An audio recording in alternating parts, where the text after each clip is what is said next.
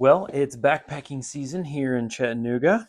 At least to some it is. And I'm taking someone backpacking for the very first time, going to the Cahata Wilderness, and it is almost certain to rain an inch or more. So this is sort of what I'm taking for a almost certain to be wet adventure. Um, so this is all of the weight without water. So 10.1, 10 pounds. Um, Water weighs about 2.2 pounds per liter, so that'll be a bit more. But we're going to be along the Conasauga River, so there won't be that much. There won't be that was too many stints where we're going to be without water. So I'll just go through what I'm taking, and maybe it'll be interesting or give you a good idea for the next time you go backpacking, or maybe you're just been watching my channel, and that's okay too. All right, first thing, I like to hike with an umbrella. This is a really old one from a company that went out of business called Go Light, but you can get something just like this from Gossamer Gear. There's a couple advantages to an umbrella aside from getting laughed at. Um, they're generally an umbrella is going to be lighter weight than a raincoat and rain pants, so that's a weight advantage. The other thing is, and really the main reason that I do it is because when you're hiking, you're exerting yourself and you're typically sweating. And if it's raining, then you have very high humidity.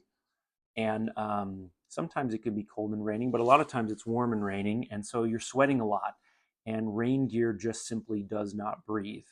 And the so called breathable rain gear breathes, but still not great. Like things that are made out of Gore-Tex don't breathe as good as breathable materials. They're just somewhat breathable. Breathable is not a binary on off, there's a spectrum of breathability. And anyway, so what I have found is you still tend to get quite wet from the inside out with your sweat when you wear rain gear. And so umbrellas are favored by many, certainly not by all, but my experience with them has been really positive. So I bring an umbrella, and Gossamer Gear makes an umbrella attachment for your bag so that you can go hands-free, and that works really well.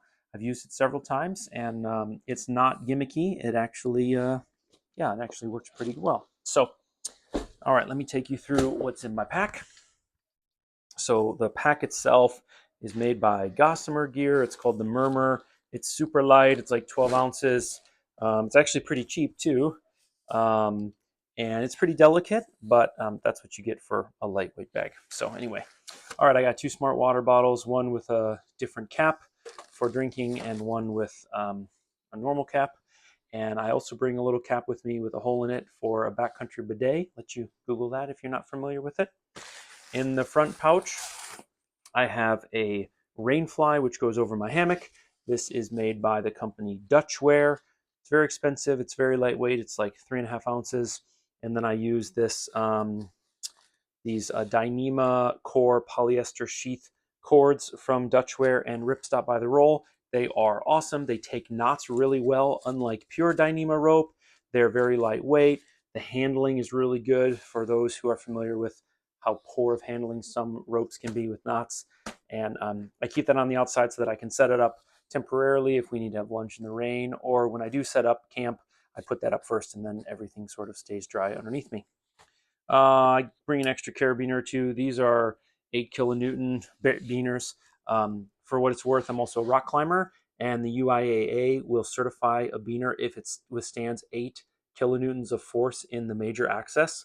And so what that means is if this company had wanted to, they could actually apply for a climbing certification on this beaner. In terms of forces, 8 kilonewtons is considered enough to trust your life. Most climbing carabiners are up in the 20s, but that's for safety factor reasons. So this is not used for climbing. That's not what I use it for, but I do use it for hammocking. And there's a lot of debate on hammock beaners that are in like the 12 range, but these work great, and you can get them if you look up that company. All right, nothing else in there. So this is a pretty simple bag. There's not much going on the outside beside this outside pocket and these two pockets. On the front, you do have a hip belt with some pockets, which is nice. And basically, I keep some bleach for water purification. Let you Google that if you don't like that idea. A little bit of bug repellent because I don't have a bug net on my hammock, but there's not that many bugs where we're going. And just a little bit of soap. I'll probably add a little bit to that before we go, but it's only 2 nights and I'm not planning on taking a shower out there, so I don't need much. On the other side, I keep just a bit of an old shredded map. This is the area we're going in the Cohutta Wilderness. Saw us from National Geographic. And a modified NU-25 by Nitecore and a Spyderco Dragonfly. These are my tools of choice when I'm backpacking. It's not what I would take on some sort of a bushcraft trip, but for backpacking, it works pretty good. All right. Here in the bag, I have my stove, Evernew 570 milliliter. I made this titanium lid since I don't like the lids that come with it. Just a little bit of microfiber towel, MSR foldable spoon, something you can't buy, but you can make a mini Kojin stove from the company Trail Designs, which is who makes this cone, which is incredible. If you're not familiar with Trail Designs, go to their website, and a mini Bic lighter. Trail Designs is one of the several companies that I discovered through a backpacker named Andrew Skirka.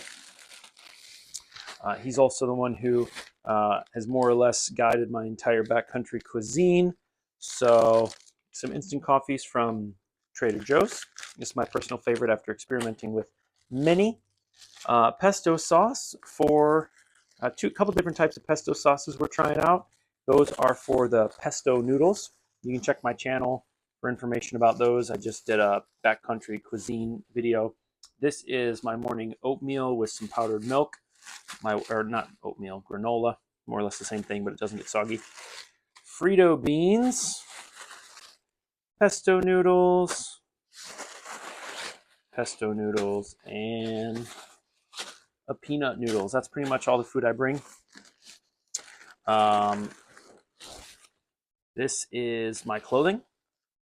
So I'm going to be hiking in running shorts and chacos and a collared shirt and a hat. I get pretty warm when I hike, so I don't need to bundle up too much. This is a light-duty Eddie Bauer down jacket. We're only supposed to see temps in like the 60s at night, plus some rain, maybe mid-50s. So this is one of the lighter-duty ones, but it is 850 down, or I think 800 down, so it is light for its weight. And then basically in camp, just a pair of socks, some thin long johns, and then a thin long sleeve shirt.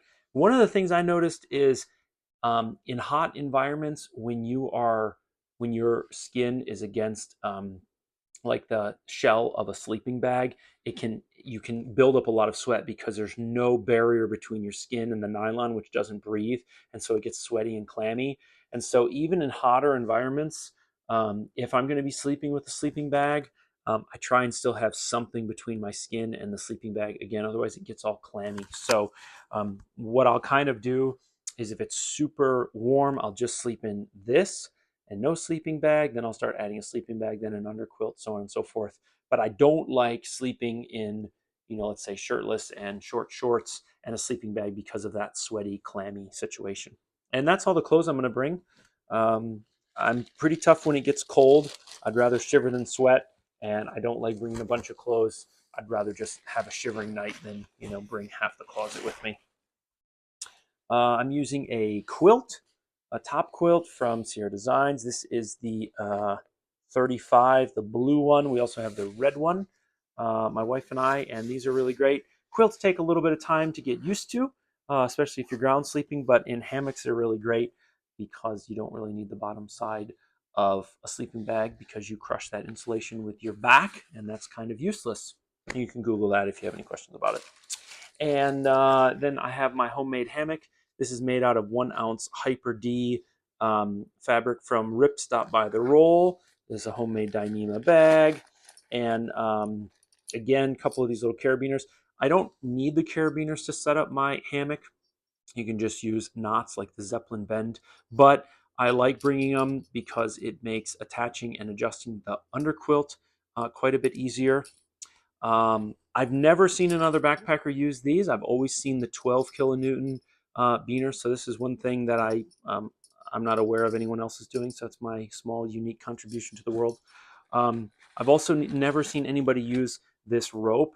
This is called Rob Line. You can get it at westmarine.com. It's sometimes called dinghy line. It's a polyester sheath with a Dyneema core. I want to say it's rated for like 1,300 pounds. So I've slept on this many nights, probably 20 nights. I actually have a hammock here in my room that is suspended off of this. I've never had trouble with it. It takes knots way better than pure Dyneema. It's a little bit on the borderline of rating for what hammock campers normally chat about on the internet, but it's really quite fine. I've never had an issue with it. I weigh about 160 pounds. If you weigh more than that, well, then do the math yourself. So again, this is a hammock made out of 1 ounce Hyper D, and I have 2 little loops in the end of it like this, a green one for the tail and a red one. There's a little saying red for head, so I always know that this is the head side. And the difference from head to tail is these bungees that I sewed into it. So basically the last third or fourth of the hammock, basically this bungee is sewn into it, and then you can adjust it. And what that does is it closes in the foot box a little bit so that your feet and your sleeping bag or sleeping pad don't sort of spill out the side. And the reason you have to have the bungee is if you just pull this tight, then when you sit on the edge of the hammock, it would tear it. So I found this on one of the hammockforums.net. I think someone had done a really great job describing it, and it's a nice little feature. If you're going to make your own hammock, I definitely suggest trying to incorporate that into it. All right. Next, I have my underquilt, which I made. I bought the down from Ripstop by the Roll, and it was a tricky project, but yeah, I sewed this underquilt myself, and I have a video on that, so I'll let you check that out. Pretty tricky, but pretty rewarding. It's lighter and cheaper than anything you're going to find on the market. And another homemade Dyneema bag. Inside here for waterproofness, I have these bags that Gossamer Gear sells themselves. I just buy them from them. I've only bought a couple, but they work a little bit better than contractor bags. They're see-through, obviously, and they're sized for the bag. So that's how I do my waterproofing. At the bottom of the bag, underneath the waterproofing, I have my first aid kit. I keep it down there because I rarely need it. And my biggest fear with the first aid kit is that I would lose it.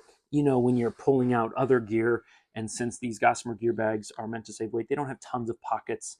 So anyway, little homemade Velcro nylon bag here, mostly just for the color, red for first aid. And then inside of here, I keep it pretty simple. I try and be pretty realistic about what I'm going to do in the backcountry. So I have a backup lighter with some gaffer tape, not duct tape, gaffer tape, which is what they use in the film industry. Works quite a bit better than duct tape. I keep a little pair of tweezers and some heavy duty thread. And there's a needle inside of this drinking straw as like a mini sheath. I have actually done a repair in the backcountry with this. So it's not just for show. I really used it, and it saved the day for my buddy who had a hole in his hammock. Just a little bit of Motrin, some gauze, a couple of Imodiums, a couple of antacids, a couple of Benadryls, a couple of Tylenols, another gauze, little gauze, and Aquatabs. So yeah, I can purify water. I can get people a little bit out of pain. You may be wondering how I use the gauze. I always use that with Leukotape, which I'll get to here in a minute, as the actual bandage, and Leukotape serves a bunch of other features, functions. If you've not checked that out, definitely check it out. It's fantastic. And then I have a little ditty bag with a couple of odds and ends. So toothbrush. I haven't packed my toothpaste yet. Sometimes I won't even pack toothpaste. I'll just brush with water, which is maybe not a good long-term solution, but it works for a night or two in the backcountry, because I've bought those toothpaste tablets before. They're kind of gross, and anyway, just kind of one of those things. Sometimes that's what I do. It's one of those little bamboo ones. Just a little bit of toilet paper. This is this 1 millimeter Dyneema core polyester sheath that you can get from Ripstop by the roll. It's just a nice general purpose strong cord for making repairs or shoelaces, or other little things if you need to add another guy line or maybe a light duty ridge line. It's just super strong for its weight. I think it holds 100 pounds, weighs almost nothing. Let's see here. This is my bear hanging kit. So I fill this little bag with rocks, and I then have a weight. I use the 2-rope system, so you go to 2 different trees. So I think I have 70 feet of this that go in both directions. So I'll tie it to here, throw it up, and I have a video on that if you want to see it in my backyard. And then this black line is what runs my actual bear bag up and down. If you saw one of my older videos, I ran a plastic O-ring for one trip, and this basically sawed right into it through the friction. I could have seen that coming, but didn't, so use a metal ring. I bring an extra bit of cord. This is the same 1,250 pound cord that you can sleep off of on the hammock. And I bring this for a couple of reasons. One is if I need to go around some really big trees and the suspension ropes that I have for my hammock isn't enough, I'll add this to it. And if I don't need it for that, then I might throw up a clothesline for all my stuff to sit around off of the ground. You can use it for shoelaces. You could trust your life to this, breaking at 1,200 pounds if you absolutely had to in some sort of emergency scenario. But it's just a little bit better than paracord. It's more expensive, but it'll just do a couple more things for you. So that's why I bring a bit of that. And then this is the Leukotape I keep on parchment paper because it doesn't re-roll on itself very well, and bringing the whole roll would be total overkill. So some strips like that. And then I bring just a printed out version of my driver's license because I normally keep my wallet in the car and my key hidden. But this way, if someone finds me, they know who I am. And then I used to bring a little pocket Bible, but now I just print out a particular section that I'm interested in reading, and I just bring a single piece of paper, and it backs up as if you need a little bit of paper. Normally I have a pencil with me. So yeah, anyway, that's what I'm taking. And I've spent a couple hundred nights in the backcountry. I've been backpacking for almost 20 years, and this is kind of what I've come up with over the years. One thing I'll mention, I should have mentioned in the beginning, is I don't go lightweight just for sort of the bragging rights, and I don't really even go lightweight so that my shoulders don't hurt or something like that, because like when I go rock climbing, I have to bring 50 pounds worth of gear out with me. So it's not necessarily about that. It's more about having a measurable and then working on that measurable. So one of the things I like about being in the backcountry is the simplistic nature of being out and not always bringing all of the comforts. And so as an engineer, I like to track a particular metric. So you could track number of items brought, but one nice way to track what you're doing is weight, and essentially just try and get your weight down as low as you can. And as you get your weight down, you're also getting your comforts and conveniences down, and you're also increasing your sort of innovation for what you can do out in the backcountry without a bunch of gizmos and gadgets. So it's just kind of something to track your progress over the years as you come up with better ways to get the same job done for less items and less weight. So anyway, maybe that was interesting to somebody. Maybe not. Give me a thumbs down if you didn't like it. Go check out Andrew Skurka's website. He's a fantastic resource. There's a lot of stuff you'll see here that I got from him. So credit where credit's due. Love the guy. Really liked his book and all of his information on his website. So, and he runs a guiding service now, so you can give him some of your business. All right, folks, that's it. Take care. Have a great day.